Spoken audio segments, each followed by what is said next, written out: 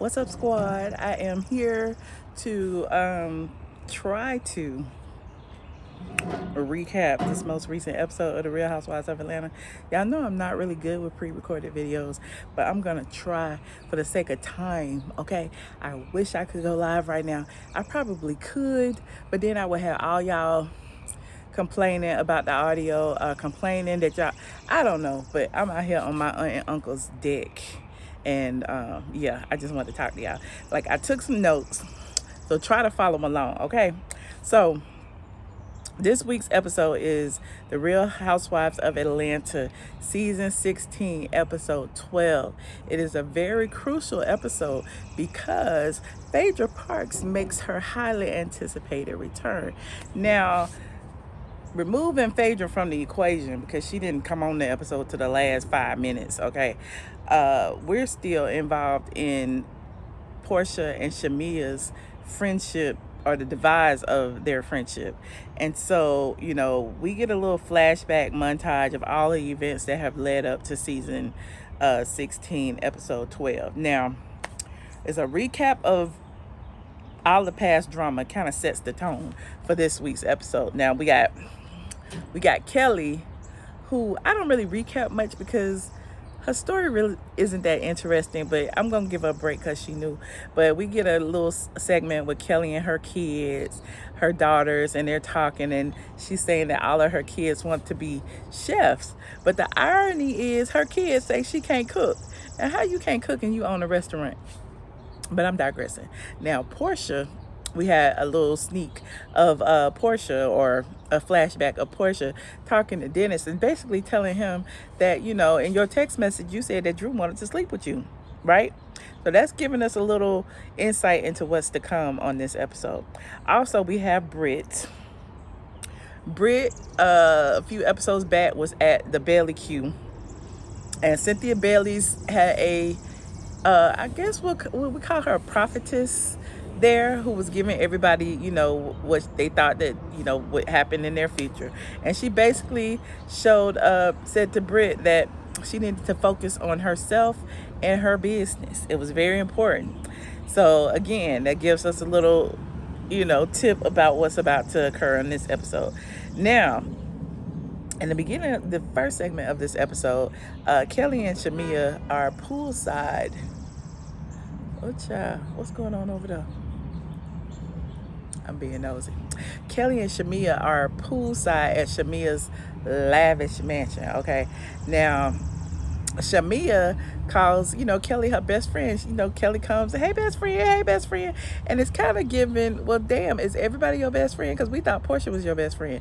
But Shamea in her confessional explains her best friend tag. And basically, you know, if you're in Atlanta, you know, on the radio, when Shamea was on the radio, she always say, hey best friend. When she's on her social media, when she's talking to her following, she always says, hey best friend. So Shamea explains that she uses the hey best friend tag because everyone has some type of friendship qualities, okay?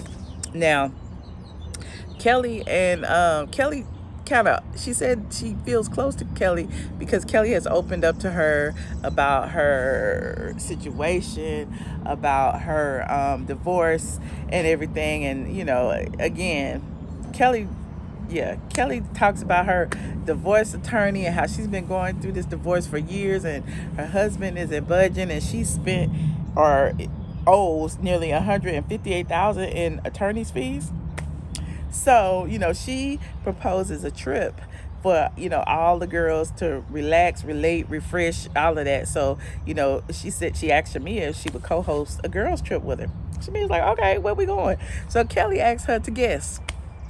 And Shamea and guess everything from the Maldives to Brazil to, she said when Kelli gives her a hint and says, you know, it's got something to do with spices, you know, Shamea said Jamaica. I mean, we think about jerk chicken here, and that's still not correct. So anyway, she finally tells her it's Grenada. Okay, so, you know, Shamea's happy. Shamea said that's one of the places she doesn't have on her passport. She got a lot of stamps, but that's not one of them. And Kelli says that she has friends in Grenada, but she's never been there, which is odd because, like, you got friends, but never been there. But okay. So anyway, the producers get Kelly on the phone with Randy, who is the something of tourism. What is he? The vice president of tourism? I don't know. But anyway, she talks to him, I guess, in preparation of this trip while she's sitting at the pool with Shamea. So it was interesting. I guess that's something we can look forward to. Now, Porsha. I've talked for nearly a year now about Porsha's divorce, about her battle with Simon over the prenup, about her only having a certain length of time to live in the house as per the prenup. Now, this week we find Porsha is touring mansions in, I guess, the Atlanta area, and she brings along her mother, Miss Diane, and her sister Lauren. Now, Porsha is out there touring a $4.2 million mansion, and we all know Porsha does not have $4.2 million in the bank, but I'm digressing. The house has, I think it said 7, let me see what it said. Oops. Hold on, gotta get y'all straight. The house has, I think, like 8 bedrooms and 7 baths, something to that effect. Let me see. I just want to give y'all the proper. Oh yeah, 8 bedrooms and 7 baths, and it's worth $4.2 million. They had started in the great room. It's a 2-story great room. The house has a spa, entertainment room, meeting room, all of that. It even had like a room that had like a golf simulator in there. And Porsha, says, "Hey, we left the person who likes golf at the other house." I wonder, could that be? Is that Simon? Like, how you leave him at the other house when you kicked him out the house? But I'm digressing. The house also has a pool. We also get a flashback of 2021 Porsha when she was filmed on Porsha Family Matters, touring houses with Simon back then. And it's interesting because, at that time, Porsha, they were looking at houses that had like 8 bedrooms, 7 baths, and Porsha was trying to designate rooms for the kids, like, because Simon had 5 kids, 6 kids, I guess, and Porsha has 1, and I guess they was planning on, they had some embryos. I told you about that in a previous video. But, we see she's asking Simon, which bedroom we gonna have for which kid. So that was interesting, because it's like, now it's just you and Pilar. So why do you need 8 bedrooms? But, this is Atlanta, home of the credit cards, the scammers, the fakers, and the frauds. Not to say that Porsha is one, but everybody wants to live in a big, huge mansion, even if they by themselves. Look, me included. Anyway, moving on. Like this video. Please like this video. Now, Porsha and her family, Miss Diane and her sister, they all excited, because there's a guest house in the back, and Miss Diane talk about, well, I'm gonna have to call dibs on the guest house, and Porsha was like, well, you and Lauren gonna have to do paper, scissors, rock. So apparently Miss Diane and Lauren gonna move in, I guess. I don't know. I wonder if Lauren lived there now. She probably does live there. Lauren lived there. Porsha's assistant Lauren lived there. Hell, Dennis lived there. Pilar lived there. I guess everybody need their own bedroom. So anyway, now it's interesting because the real estate agent, there was a black woman that was a real estate agent. Then there was a white man. I guess he was the broker, I guess, because the black girl, Keisha, she stepped aside. Then the white man was showing all around the house. So he may have been the agent that has this listing. I don't know. Maybe he just wanted to be on TV. But he tells Porsha and her family that, take as much time as they want, which they did. They sat down, they made themselves home on the people's furniture and started having a whole tea session. And it's like, Porsha, we know you can't film in Simon's house, but now you gonna film in the damn houses for sale in the listed properties. I don't understand. But anyway, so Porsha and her family stayed to film a scene.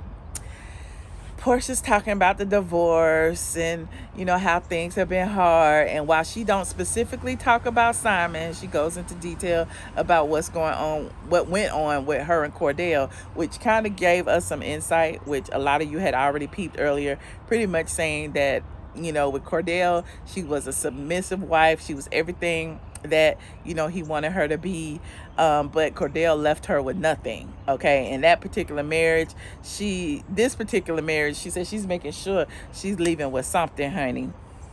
And she put things in place, i.e. the prenup that they've been fighting over, to make sure that she left with something.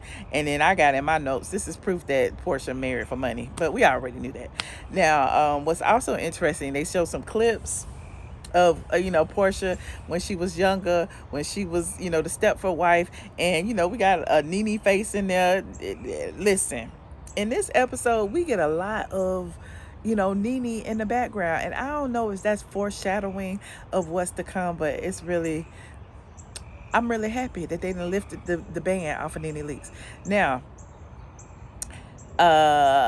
while they in them people house, okay, while they in this property that's for sale, Kelly FaceTimes Porsha to invite her on the girls trip. And even Miss Diane giving her the side eye, like, you sure you want to go? You sure you want to go on this trip? And Portia's like, everything's cool. Me and Shamea made amends, and everybody is in a good place right now, so I think it'll be good. And so Kelly was saying that the trip was for a reset, renew, and rebirths. Okay, now I also have in my notes that it's very interesting that Porsha is using vacant houses to film scenes. Which it is. I'm shady when it comes to that, because we all know that Simon had filed that cease and desist and Porsha could not film in the house, but now she's filming on YouTube, which they're gonna deal with that in court. My name West, I ain't in that mess. Now moving on, Shamea is doing interviews to promote her new song. You never had a love like this. Okay. And so she goes on V103's Big Tigger, I guess it's the Big Tigger morning show, because look, I don't get up there early no more. And so she goes to promote the single. Now it's Big Tigger and Jazzy McBee. Is that her name? Shout out to y'all. But it was funny because you could tell it was a scene that they recorded probably after Shamea appeared on the radio, because then Shamea, they're clearly not actors, but you got Tigger saying, yeah, another housewife just dropped off a tape. And then, they were like, who is Drew? It was Drew dropped off her single. So that gives Shamea a chance, an opportunity, a produced moment to shade Drew, who apparently in her song was singing about speaking 5 languages. And Shamea reminds everybody that, I sing about my life. I sing about, real things. And, and she calls Drew a lying ass bitch. Okay, moving on. We finally get a scene with Brit and her husband. I don't know if they're in her house, because it was very nicely decorated, or if they was in a spa somewhere, but it looked really nice wherever they were at. Now, Brit and her husband were in a bathroom, and she was telling him about, some of the work that she had done, some Botox or whatever, and he said he didn't notice, the Botox, and Brit reminded him, you're not supposed to notice the Botox, honey. But anyway, Brit discusses plans for her new business venture, which she calls Bare and Naked. So she is planning a polo themed event for her Bare and Naked shapewear event. She also says in her confessional that the inspiration for her shapewear is so bare you feel naked. Now, this is interesting because, I be trolling around over on Reddit and everywhere else, and they posted this picture. Hopefully y'all can see it, of Brit with her shapewear on before and after. Can y'all see that? Hopefully y'all can see that. Before and after. And the only difference between the before and the after picture is that Brit has her legs closed. Like, girl, like, are you serious? Are you serious? But anyway, it was interesting. The before and after pictures be shade anyway, especially the ones for weight loss. But I'm digressing. Now, moving on, Angela and Charles, we finally get a scene with them together, and I love seeing Angela and Charles together, because Charles is like the shade king. I swear, I don't think he does it on purpose. I really think he is the elder of the group who really don't gives a damn. Okay, and a lot of the things that Angela brings to him, like, he can't act like he cares. And so Angela and Charles visit their investment property. I believe it was in Decatur somewhere. She walks in and there's several things awry. They have like paper blinds on the windows. The floors look unfinished. There's like paint chippings. I don't know. It's just unfinished. Okay. And she said that she's disappointed because the project was supposed to be unfinished months ago, and apparently she listed the house for $499, and she has reduced the price several times, so that now it's down to $335,000, which is pretty much what she paid for it. She also notes that she's like $2 million in debt amongst all the properties that she's owned, because she keeps throwing good money into bad, trying to rehab them and everything. Now we get a clip of her. I guess there was a deleted scene or unaired scene of Angela with the project manager or the general contractor for the house, and he was promising her that the work will be done really quickly, and as soon as it gets put on the market, it should be sold in 10 days or whatever. And apparently it's been much longer than 10 days, because again, they had to drop the price several times. Now, in the house, okay, in Angela's investment property, she decides, this is a moment, since she's alone with her husband, to talk about that argument that, he had with the mom. Previous episodes, the mom had said that, she had an argument with Charles. She had ran up on him or something, and she hadn't spoken to him since, and it's been years, okay? And RIP to Angela's mom. We found out last episode that she had passed away, so, definitely sending condolences to their family. But Angela took the opportunity to issue her husband an apology for the situation with the mom, because apparently that was the first time that she had heard that it was all her mom's fault and that the mom had ran up on him. Okay, she said at the time everybody was arguing. She was arguing with Charles, and she really put him through the ringer. Charles like, all right, shit, it's water under the bridge. And again, as I said earlier, he is the type of person that it don't seem like nothing fazed him. He really didn't care one way or the other. And Angela was even tearing up and wanted a hug, and she had to ask her husband for a hug. Like, dang, Charles, show some affection. I know it's cameras there, but at least act like you care sometimes. I know you care, but act like it, okay?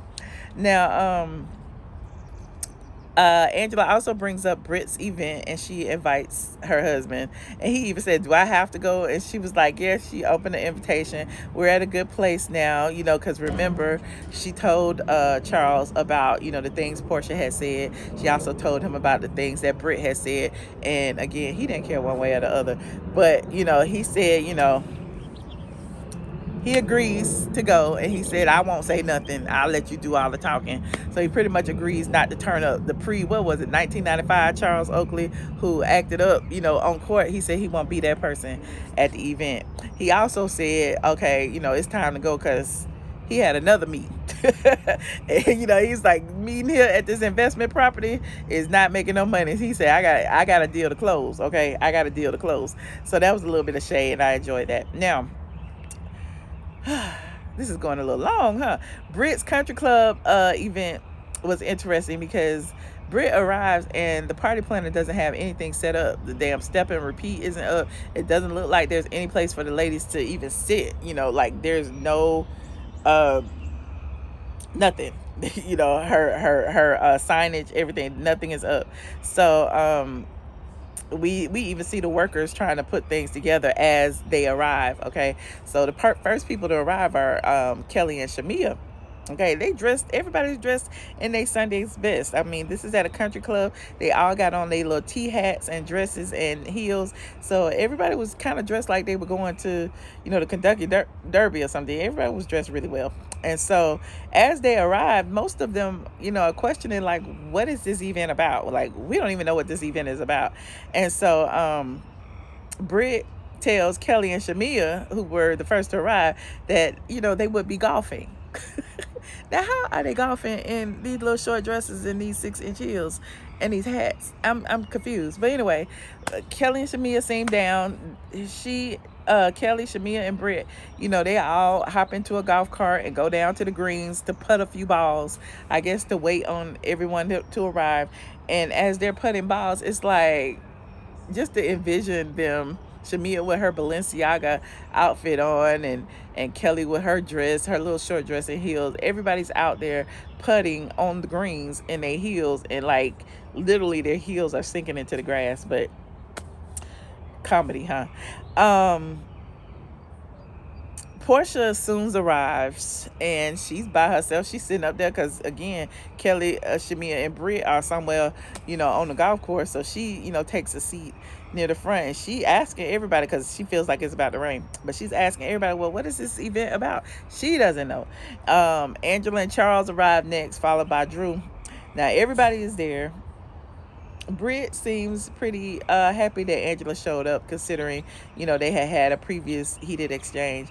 But Drew, Drew comes up, and just like everybody else, she doesn't even understand what this event is about. And when Brit said, her bare naked, she's launching her bare naked line or whatever, Drew has said she don't understand what bears have to do with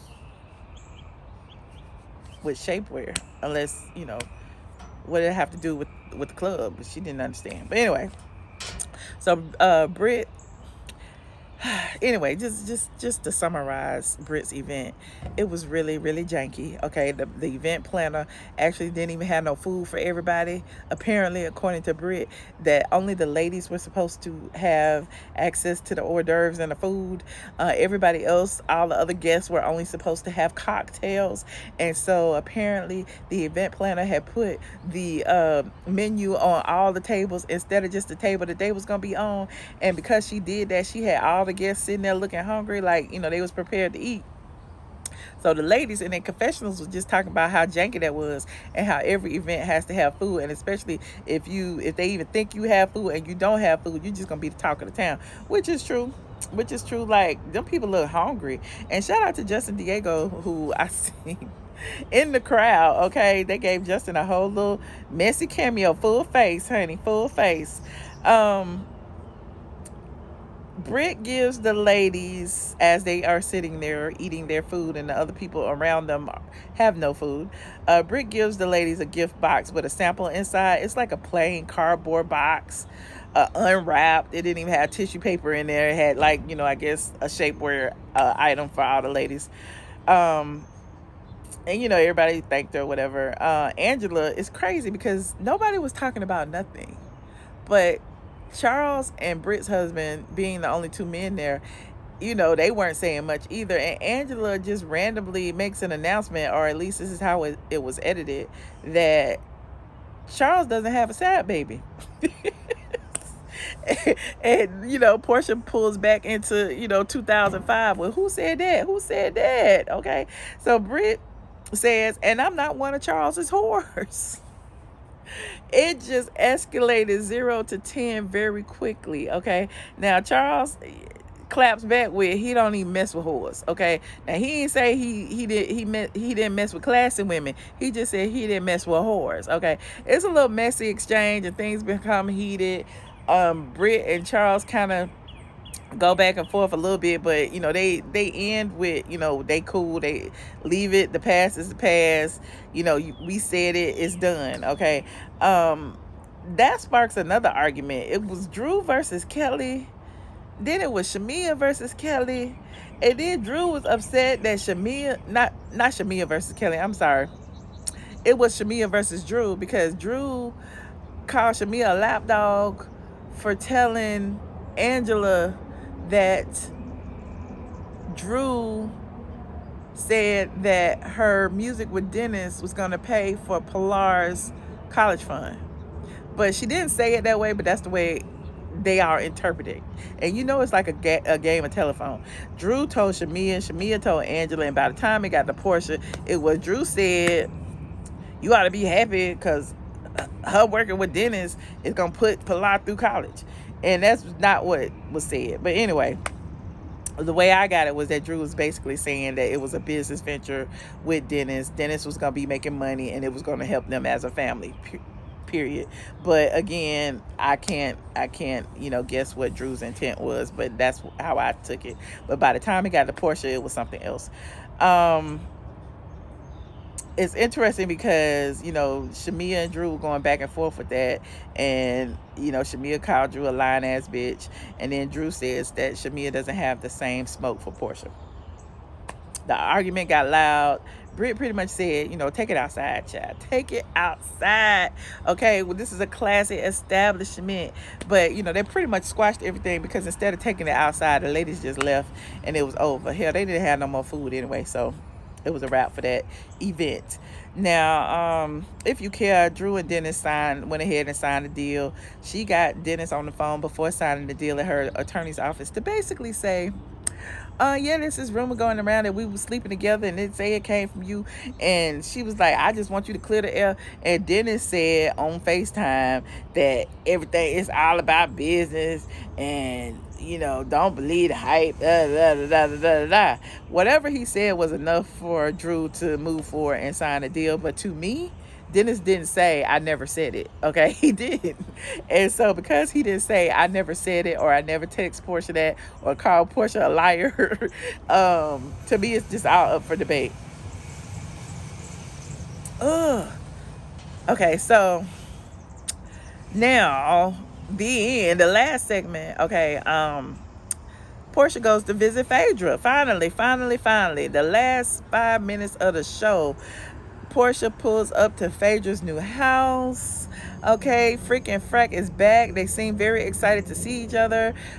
Phaedra is done from Gucci from head to toe. She got her blonde wig. She got her new nose, her new boobs, and everything. Phaedra is all brand new. Okay, now it's interesting because Phaedra reintroduces herself to the Real Housewives of Atlanta audience. She said the last time she was on the set, she regrets how things happened, and we get a flashback to the lies with Candy, even though we didn't see Candy. Okay, but Phaedra, says that she didn't like the way things happened, but we also get, she said, her history has been told on the show. She goes back to the very beginning when she and Apollo was together eating pickles, when they got had their first child, when when she got into it with Kenya, when Kenya had those butt pads on. We got a little Kenya cameo. When Nene and Phaedra were mocking Kenya, when they was like, security, and they were at lunch together. That was cute. That was the second Nene cameo that we seen this episode.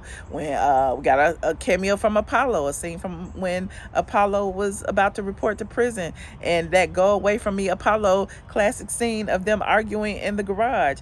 And finally we got the scene of Porsha throwing Phaedra under the bus during that, I guess it was season 9 reunion, when she said, I'm going to divert that to Phaedra because she's the one that told me that you were going to, rape me and pull me into the sex dungeon. Okay. But through all of that, there were no apologies from Phaedra. Okay. None at all. It was pretty much, I just didn't like the way it ended. And moving on. Okay, now Porsha in her confessional pretty much admitted that it was a rift, because she said she's forgiven and to me she's apparently forgotten all of the above, but anything for money. It's about a check. Now they both say they've still been cool over the years. I don't know about that, but it is what it is.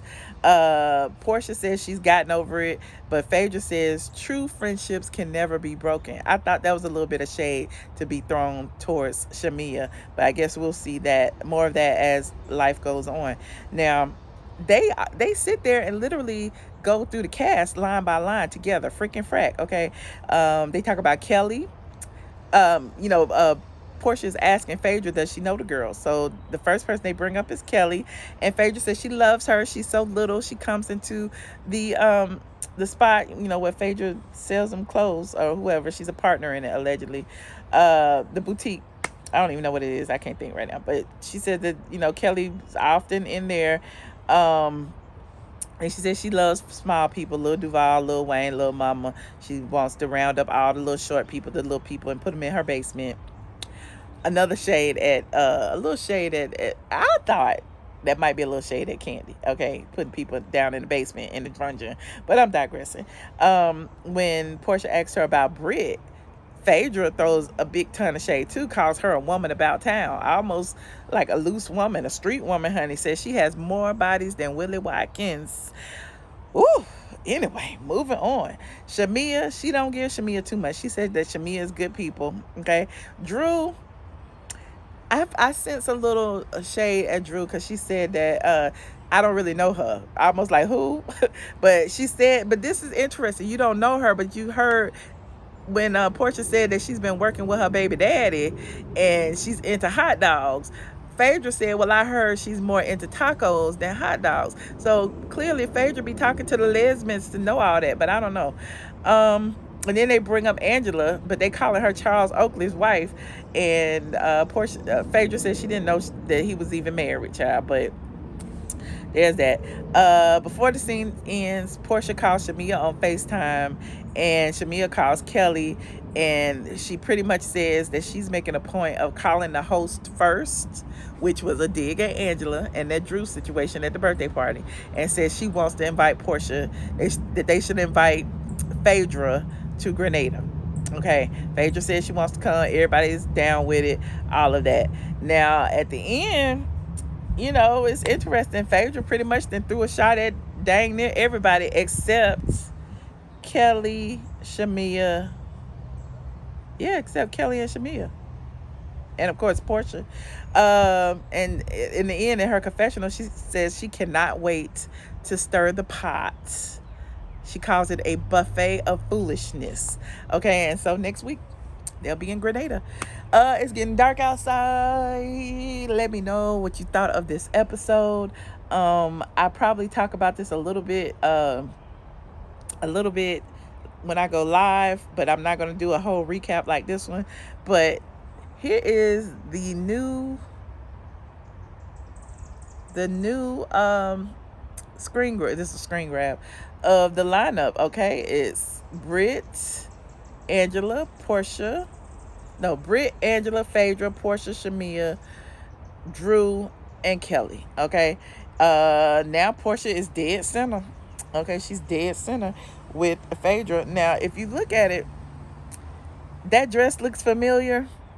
And y'all put in the chat who had on that dress recently that Phaedra is wearing. Hopefully you can see it. Okay. Anyway, let me know what you think about this episode of The Real Housewives of Atlanta. Let me know what you rate it. 1 being the best, 10 being the worst. Leave your comments in the comment box. And I will see you guys on the next video. Love you. Bye.